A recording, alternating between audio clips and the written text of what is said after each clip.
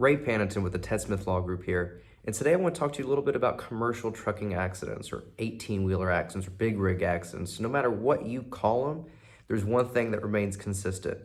Big trucks equal big injuries. And when we look at 18-wheeler accidents in the context of litigation as a whole, 18-wheeler accidents are a bit more complex. The laws surrounding what's required to maintain and safely operate an 18-wheeler are different than those requirements to safely operate a regular vehicle on the road. Therefore, it's important to be familiar with the Federal Motor Safety Act. What this act does, it's federal regulation that holds trucking companies, truck drivers, anyone who operates a commercial vehicle. It sets forth minimum standards not only for how to operate them, but also how to maintain those vehicles. And when you look at the statistics, it's the maintenance of the vehicles that often fail, which cause these accidents.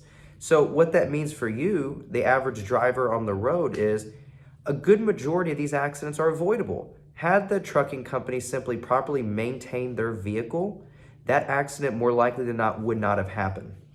And so that's where an experienced personal injury attorney knows what questions to ask and know where to look for the documents necessary to demonstrate that the trucking company failed to properly maintain that vehicle. So if you, unfortunately, have been involved in a trucking accident or commercial vehicle accident, it's important to get you the help you need, medically as well as legally. So if that describes you, please give us a call, 254-690-5688, and let us have a conversation to see if we can help you or at least give you some information guidance on potential next steps.